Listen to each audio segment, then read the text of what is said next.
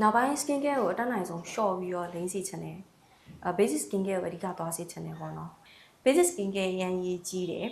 ပြီးတော့နောက်တစ်ခုဒီမျက်နှာသစ်ပြီးပြီဆိုရင်ဘာမှမလိမ့်ဘူးဆိုရင်ဒါမှ lock လုပ်ဖို့အတွက်ကို moisturizer အရင်ကိုအရေးကြီးတဲ့ကဏ္ဍမှာပါတယ်ဒီ trans epidermal water loss လို့ခေါ်တဲ့ဒီရေဓာတ်ပြန်တာပေါ့နော် dehydration ဖြစ်တာအဲ့ဟာကို lock လုပ်ပေးဖို့က moisturizer ကလည်းအရင်ရေးကြီးတဲ့အထက်မှာပါတယ်အဲ့တော့ dry serum လို့ပြောတဲ့ချိန်ကျရင်เนาะဒါဒီ bioderma ထဲမှာဆိုရင်တော့ရေးပေးထားတဲ့ထဲမှာဆိုရင်ဒီ Hyalo Plus serum လေးရှိမယ်ဆိုတော့သူကကြတော့ wrinkles ကိုလည်း target လုပ်တယ်ပြီးတော့ dehydration ဖြစ်နေတဲ့ဟာဆိုရင်လည်းပဲသူ hyaluronic acid ကိုကောင်းကောင်းဖြည့်ပေးနိုင်တယ်ဆိုတော့ဒါမျက်နှာသစ်မယ်သစ်စရာရှိရသစ်မယ်ဒီ serum လေးလိမ့်မယ်ပြီးတဲ့အချိန်ကျ moisturizer နဲ့ lock လုပ်မယ်ဆိုရင်တော်တော်ဆင်ပြေရဲ့အထဲမှာရှိရပေါ့နော်တကယ်လို့ကိုယ့်ရဲ့ဘိုးက6လို့မလင်းလို့ဒီ wrinkles ရှိလို့ဆိုတဲ့ဂိုးကိုတွားတယ်ဆိုရင်ပေါ့နော်